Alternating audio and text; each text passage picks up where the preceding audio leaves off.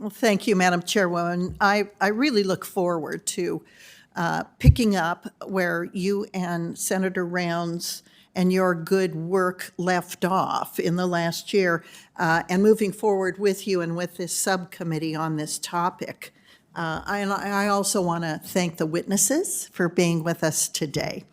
I especially want to welcome Diane Hunt. Ms. Hunt brings a wealth of experience from owning and managing properties in many western states, including Wyoming. When I talk about housing, I like to call attention to rural housing. This is because rural housing is different. For one thing, people in rural communities are more likely to be home owners. Home ownership is important to build strong communities, and access to home ownership helps families remain in those communities. But some aspects of what makes rural housing different presents challenges. Rural housing is often older. It can be more difficult and more expensive to find someone to fix a leaky roof or replace outdated electrical systems in rural areas. In addition, lack of safe, affordable housing puts our rural communities at risk. This is especially important to Wyoming, where almost 2/3 of the population lives in rural areas. We call Wyoming a small town with long streets, and that's because our population is so low, and our communities, though, so close in terms of the relationship among people that it is just like one big rural community bound by long streets.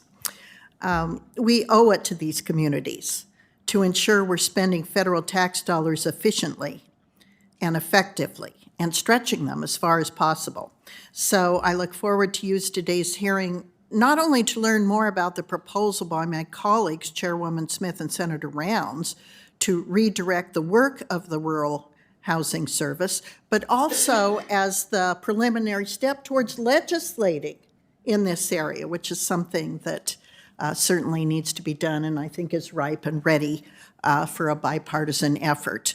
I'm always glad when we're reviewing programs with a critical eye to see what has been working and where we can do better for the American people, which is why I love your idea about decoupling and several of the programs that are working at HUD and using some of their best practices and bringing them over to our side of the equation. I look forward to hearing more from the witnesses about the benefits of the legislation we're considering today.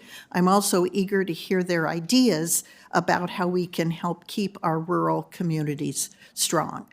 So thank you again for being here, and thank you, Madam Chairwoman, for holding this important hearing. Thank you so much.